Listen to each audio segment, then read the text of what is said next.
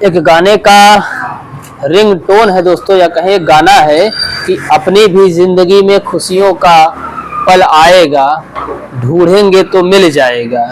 दरअसल यहाँ पर पल नहीं आया था दोस्तों, यहाँ पर खुशियों का दिन आया था, महीना आया था, साल आया था। लेकिन जिस व्यक्ति के जीवन में यह दिन या साल या महीना आया था, उसने उस खुशी के महीने को या साल को सही तरीके से सजो नहीं पाया और शीघ्र ही वह बालू की रेत की तरह बना हुआ पहाड़ बिखर गया। कैसे बिखर गया दोस्तों?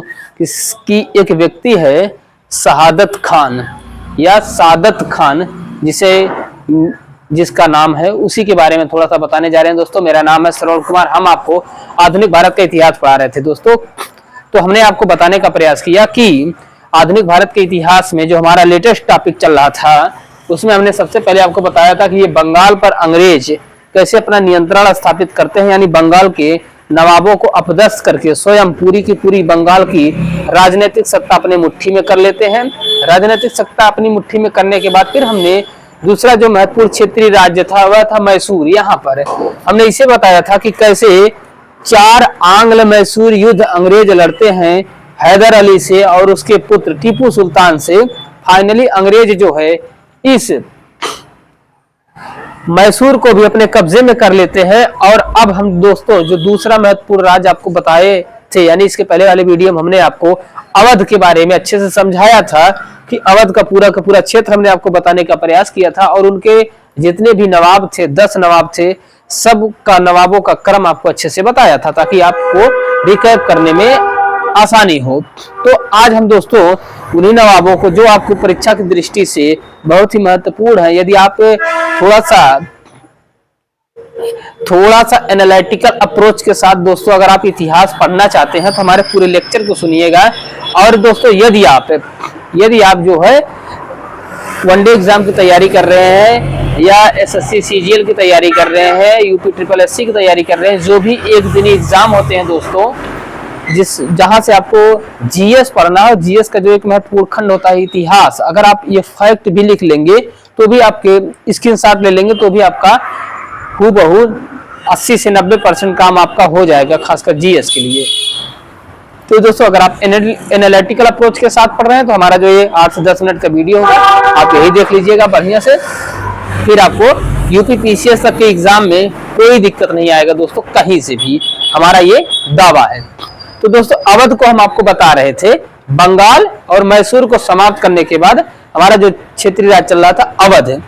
तो दोस्तों अवध का जो हमने लोकेशन आपको बताया था, जैसे ये उत्तर प्रदेश का उत्तर वाला क्षेत्र था, तराई, कर्मनाशा नदी बिहार के बॉर्डर पे, कन्नौज था दोस्तों पश्चिमी बॉर्डर था, और कड़ा मानेकपुर था। तो इतने ही क्षेत्रों में फैला था दोस्तों अवध। अवध के नवाबों को हमने इसके पहले वाले वीडियो में बताया था।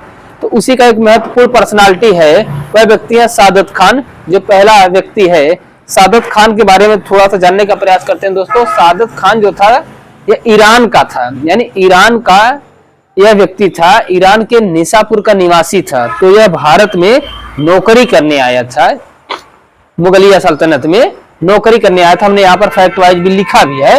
सादत खान ईरान के निशापुर का निवासी था। 1708 में ईरान से पटना आया, यहीं पर सर बुलंद के यहाँ नौकरी किया। यानी 1708 में यह जो है सर बुलंद के यहाँ नौकरी करता है। यह ईरान मूल रूप से ईरान का निवासी था, ईरान के निशापुर का निवासी था। भारत आता है नौकरी करने के लिए, सर बुलंद के यहाँ यह नौकरी करता है। इसका जो मूल नाम था दोस्तों सादत खान का, वो जानते रहिए पीर मोहम्मद अमीन था। और इसकी जो उपाधि थी दोस्तों बुरहान उल मुल्क, इसकी उपाधि थी जिसे मोहम्मद शाह रंगीला ने दिया था। मोहम्मद शाह रंगीला ने इसे जो है दोस्तों बुरहान उल मुल्क की उपाधि दी थी। इसका मूल नाम पीर मोहम्मद था। और दोस्तों यह जो है बहुत बड़ा भू राजस्व विशेषज्ञ था, यानी भूमि के सुधार में, भूमि के टैक्सेशन में यह बहुत बड़ा ज्ञाता था। शीघ्र ही दोस्तों यह जो है अपनी योग्यता के दम पर यह सैयद बंधुओं के प्रभाव में आया। अब ये सैयद बंधु क्या है दोस्तों, जब हम आपको उत्तर मुगल काल पढ़ाएंगे तो सैयद बंधु एक प्रकार से किंग मेकर हैं। मतलब किंग मेकर मतलब राजा को जो बनाते हैं वह होते हैं। तो इन्हीं सैयद बंधुओं के प्रभाव में यह आया और सैयद बंधुओं के साथ मिलकर इसने फर्रुखसियर को गद्दी पर बैठाने में मदद किया। फर्रुखसियर मुगलिया सल्तनत का एक सुल्तान था या बादशाह था। इसे गद्दी पर बैठाने में यह जो है सादत खान ने सैयद बंधुओं के साथ मिलकर इसे राजा बनाने में या कहें बादशाह बनाने में फर्रुखसियर को राजा बनाने में सैयद बंधुओं के साथ इसकी मदद करता है। किनकी? फर्रुखसियर की। 1720 में दोस्तों यह मुगल बादशाह द्वारा इसे बयाना का सूबेदार बनाया जाता है, यानी फर्रुखसियर के द्वारा 1720 में यह मुगल बादशाह के द्वारा इसे बयाना का सूबेदार बनाया जाता है। दोस्तों बयाना कहाँ है? बयाना राजस्थान में है दोस्तों, आप जानते रहिए। और दोस्तों 1720 से 22 तक इसे आगरा का अतिरिक्त प्रभार सौंपा गया, यानी देखिए बैक टू बैक सफलता मिल रहा है। सैयद बंधुओं के साथ फर्रुखसियर को मुगल बादशाह बनाया, इसे बयाना का सूबेदार बनाया गया। बयाना के साथ साथ दोस्तों इसे आगरा का अतिरिक्त प्रभार सौंपा गया, यानी आगरा का अतिरिक्त जिम्मेदारी दिया गया, यानी एक प्रकार से सूबेदार के रूप में ही इसे आगरा भी सौंप दिया गया।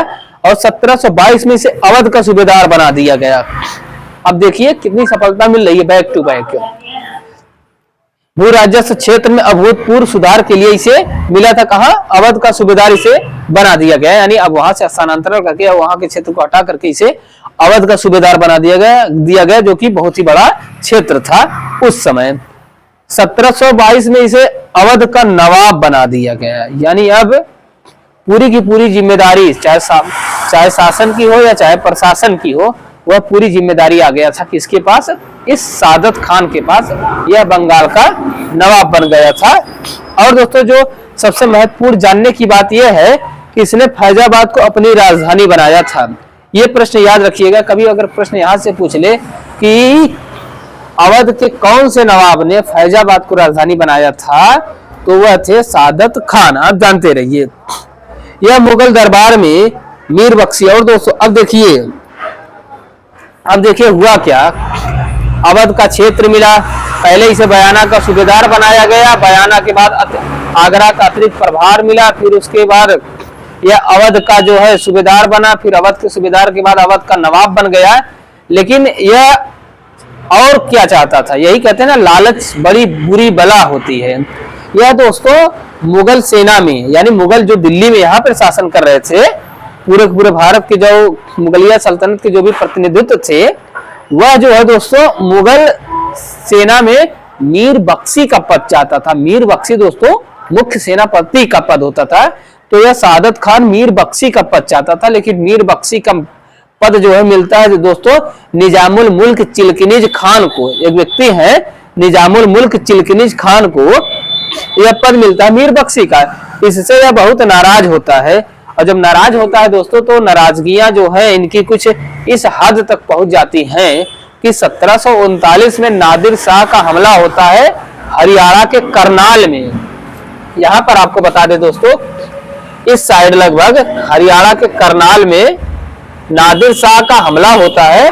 तो यह जो है दोस्तों जाता है नादिर शाह से मिल जाता है और बताता है कि आप दिल्ली पर अगर हमला करेंगे तो आपको 20 करोड़ रुपए मिलेंगे। जबकि नादिर शाह इसी करनाल को जीत करके वापस जाने वाला था, लेकिन इसने जो है कहा कि आप दिल्ली पर हमला करिए, यानी यहाँ दिल्ली अमूमन यहाँ थी कि आप दिल्ली पर हमला करिए, आपको 20 करोड़ रुपए मिलेंगे। और इसी बात को लेकर के नादिर शाह इसके बहकावे में आ गया। यह जो है दिल्ली आता है, दिल्ली में 57 दिन तक मतलब कत्लेआम मचाता है, लूट पाट करता है, बहुत से व्यक्तियों को मार काट करता है नादिर शाह। और फाइनली जो है इसे पैसे नहीं मिलते हैं जब 20 करोड़ रुपए, तो यह जो है कहता है सादत खान को बुलाने का हुक्म देता है नादिर शाह। लेकिन सादत खान जो है दोस्तों नादिर शाह के सम्मुख नहीं आता है, जहर खा करके आत्महत्या कर लेता है। देखिए कितनी बुरी बला होती है कि एक के बाद एक सफलता मिल रहा था, स्वयं ऐसी परिस्थितियां आ गई कि यह जो है आत्महत्या कर लिया। हमने जो चीजें बोला है दोस्तों यहाँ पर लिखा भी है। 1739 में नादिर शाह का करनाल पर हमला होता है, इसने इसे दिल्ली पर हमला करने को कहा कि आपको 20 करोड़ मिलेंगे। नादिर शाह दिल्ली आया, 57 दिन तक लूटपाट किया, 2 करोड़ रुपए मिले थे। फिर सादत खान को बुलाया, डर कर जहर खाकर आत्महत्या कर ली। किसने? सादत खान ने। तो दोस्तों हमने थोड़ा सा आपको अवध के नवाब का जो एक महत्वपूर्ण पर्सनालिटी था, यानी पहला व्यक्ति था, वह था सादत खान के बारे में थोड़ा सा डिटेल से बताने का प्रयास किया। आई होप कि आप लोगों को समझ में आ गया होगा दोस्तों। यदि आप पूरा वीडियो देखना चाहते हैं तो अच्छे से देख सकते हैं, एनालिटिकल तरीके से, एनालिटिकल अप्रोच से आप समझ सकते हैं। यदि आप स्क्रीनशॉट लेना चाहते हैं अच्छे से देख करके नोट्स बना सकते हैं, पढ़ सकते हैं दोस्तों। हमारा यूट्यूब पे चैनल है दोस्तों ग्राउंड हिस्ट्री इंडिया, आप उसे सब्सक्राइब करिए और अपने यार मित्रों को भी जोड़िए। और दोस्तों जितने भी सोशल मीडिया के प्लेटफॉर्म हैं, खासकर इंस्टाग्राम, फेसबुक, यूट्यूब पर हमारी क्लासेस अनवरत रूप से चल रही हैं दोस्तों। और फेसबुक पर हमारा ग्राउंड हिस्ट्री इंडिया नाम से पेज भी है दोस्तों, आप उसे लाइक और शेयर जरूर कर सकते हैं दोस्तों। धन्यवाद।